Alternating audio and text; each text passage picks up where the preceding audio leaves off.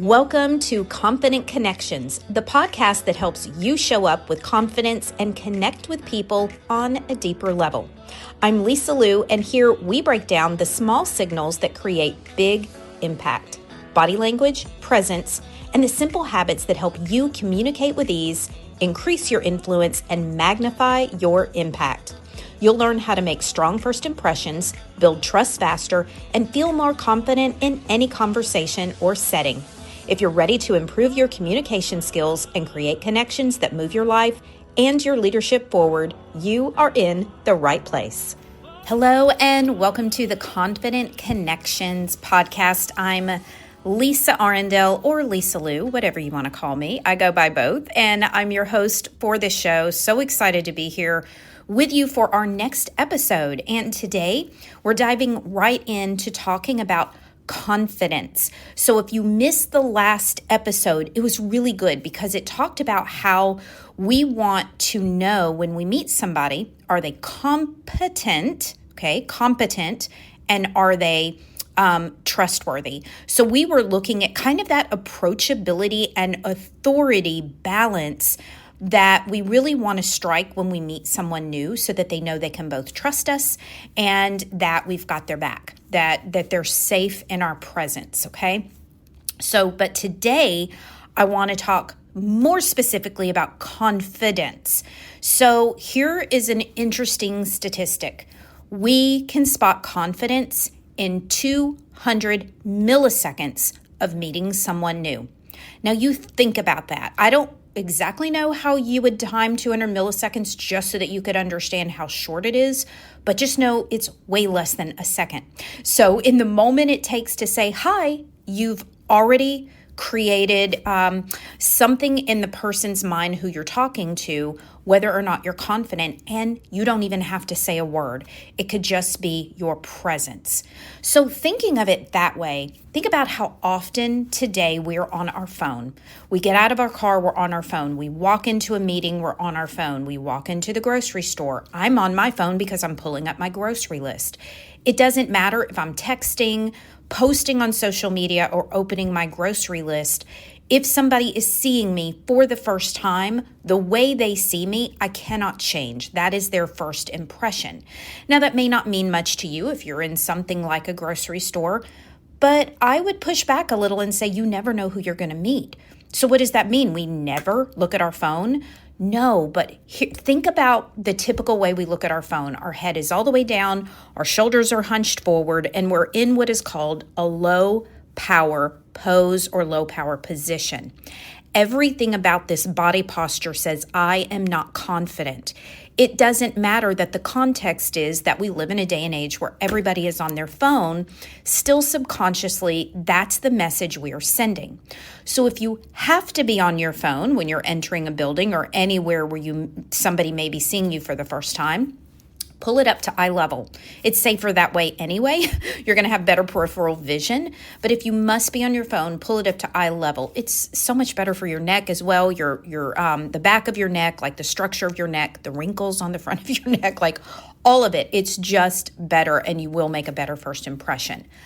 But if you can, try not to be on your phone when you're stepping into a situation where it matters to you, okay? And I'll let you decide what matters to you. So that's one way we show low confidence or no confidence immediately that is rampant in today's day and age. Another way is just taking up less space. So if our shoulders are pulled up high, if our arms are crossed, if we're kind of standing very tightly, so our feet are together and our arms are, maybe we have our hands in front of our body and our shoulders are pulled forward a little bit. Just by taking up less space, we appear less confident. So what can we do? We want to take up more space. And ladies, we typically have a harder time doing this than men. So taking up more space means shoulders are relaxed, so there's plenty of room between the earlobe and the shoulder. I mentioned last week that there is a direct correlation of confidence when it comes to the space between your earlobe and your shoulder. Relax those shoulders, open them and drop them back a little. And then your foot stance. So if you're standing, get those feet about shoulder width apart and just ground yourself. Or they don't even have to be that wide, but maybe just not pulled together completely. If you're in a relaxed conversation, that's very different. But if you're in a situation where you need to appear confident, opening those feet just a little bit shows that there is a groundedness there. And I'm telling you, if you'll try it even right now, you're just going to feel more confident and more secure. So take up more space. I mentioned this last week, but fidgeting is another thing I have to say. So I am actually diagnosed in my 20s with ADHD. I know it's something a lot of us throw around because I think a lot of us don't even have to be officially diagnosed to know there's something there. I just don't have the greatest attention span.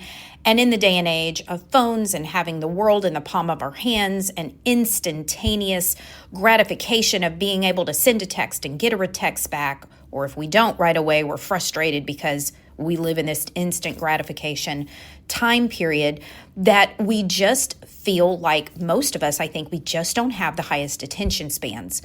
When that happens and we get anxious, nervous, or just maybe even a little,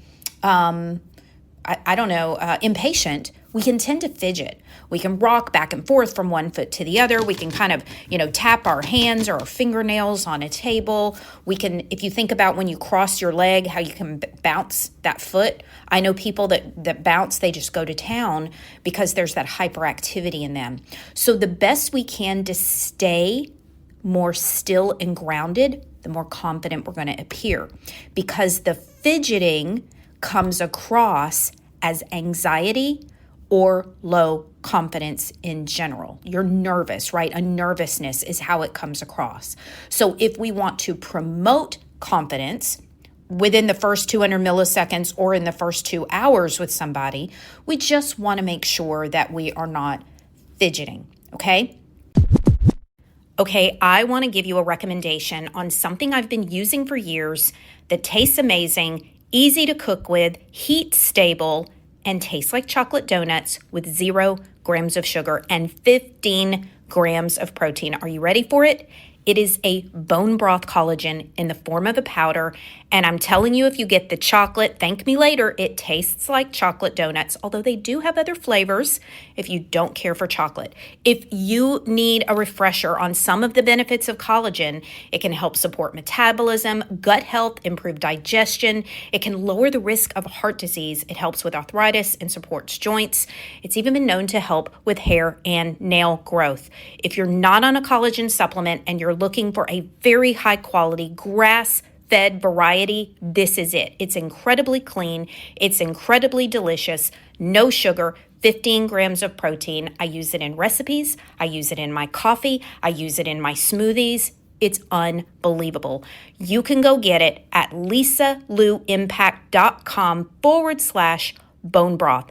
That's lisaluimpact.com/bone broth. It's also down in the show notes. Try it, and I want to hear back from you. What did you think? lisaluimpact.com/bone broth.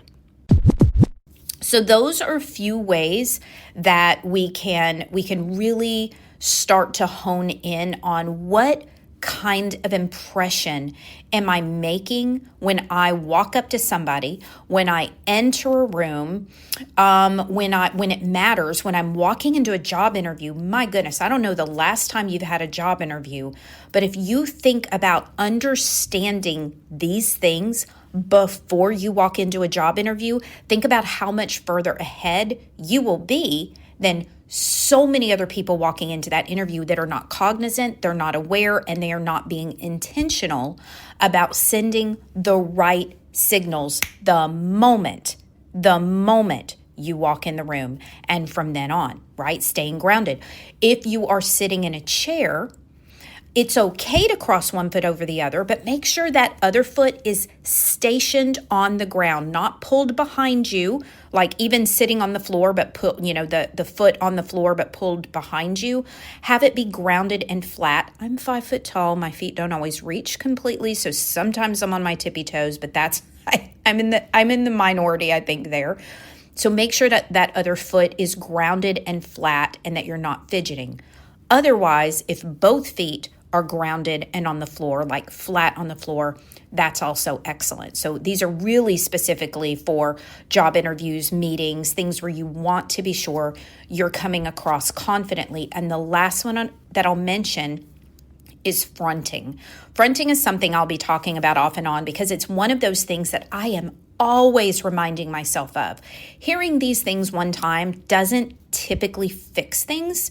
Sometimes we have to be reminded over and over. And fronting is one of those things that because I am a little bit more ADHD, because I have lots of energy, I can have a tendency to shift my body. When we're talking to somebody, we want to be sure we are facing them. Belly button is facing them. Shoulders are facing them. Hips are facing them. Feet, if we're standing, are facing them. The message that sends to the person in front of us is we are in it with you. We are here. We are present. We're not going anywhere else. Once we point even 1 foot away from that person, there is that subconscious signal, I'm ready to go. I'm ready to go in the direction that my foot is pointing. So think about when you're talking to somebody next time, and if your body is positioned just a little bit away from them, they sense on some level. Now, there are those that don't get the hint, and there are times where we want to position our body away a little bit because we want them to know, I need to stop this conversation and move on. Okay, so there is that. But when we want them to know we're all in it with them, we need to be intentional about that fronting. I had the coolest message from someone the other day that saw a video I did about fronting on Facebook. And when I talked about the belly button toward the person and the shoulders, they said, I believe they were speaking with a physician. And this person was also a physician. And they said, your words were in my head, and I found myself being really intentional because this particular person tends to be a little hyperactive as well, and in their words, a little all over the place. But they were sure to be steady and facing that individual to be sure they were all in, and they really noticed the difference it made in their rapport. Okay? All right. So I love, love, love that. Also, let's see if there was one other. No, grounded. I went through that. Okay, yeah, that's that. I want to get into the memory of the week here in just a moment. But first, if these things are interesting to you, I want you to go check out my mini course. It's called the 2-Hour Confident Connection Kit. It goes into all the things we talk through here, and so much more. There's amazing PDFs. This is an incredible course that is, it's going to take you less than 2 hours to get through. It's going to help you show up with confidence, learn how to make better connections, build trust and rapport way faster, and leave a dynamic first impression. You can go find it at lisaluimpact.com/kit. That's KIT. It's also down in the show notes. Okay, so last week I began something that I call Memory of the Week, and this is something I'm going to do each week.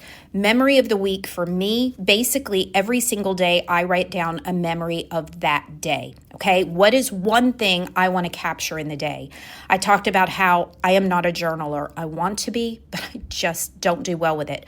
But what I can do is take 1 to 2 minutes and think, what is the one memory I want to take away from today? So each week, I'm going to be bringing you a memory of the day from the past week. I'm just going to pick one. And I would so encourage you to do this because it helps with conversations. You're going to find sometimes that you may even think, you know what, I just don't have anything interesting about my life or interesting to talk about. But we have interesting things that happen all the time. We just aren't intentional about capturing them. That is what I love about the memory of the day. So my memory from this past week is that I was talking to one of my daughters in the kitchen, and we were visiting. We're just standing there talking, and there was a book laying on the counter that a friend had written and sent me to read through and review. And I was feeling a little bit behind because I had other books teed up that I needed to get through for some coursework. And I just kind of looked at the book nonchalantly while I'm talking to my daughter, and I was like, man, my friends keep writing books, and I'm so behind on reviewing them. And she stopped and said, your friends keep writing books? That's something you don't hear every day. I tell you what, it stopped me in my tracks because what it made me realize in that moment, I love this memory. I'm so glad I recorded it. It made me realize that I have really surrounded myself with some amazing, dynamic people. That was not always the case in my life. I have people around me now that want more for themselves and want to add an impact to the world. It's a beautiful thing. So for me to be like, oh, my friends keep writing books, like she had to stop me and go, whoa, your friends keep writing books? Like whoever says that? I'm like, oh my gosh, you're so right. This is crazy. I have friends that write books. I have really cool friends, not just because they write books, because the reason they're writing them is because they want to make an impact. That's some quality friends right there, right? Pretty stinking cool memory of the day from my past week. Okay, look, as if you begin to adopt this, please send it to me. I would love to hear your memory of the day or your week. I would love to hear it. And with your permission, I would love to even share it on the podcast. So you can email me at info@lisaluimpact.com. info@lisaluimpact.com. I would love to read your memory of the week. All right, that is it for this week. Don't forget that your connections shape your impact. So go make them count. And I will see you next week.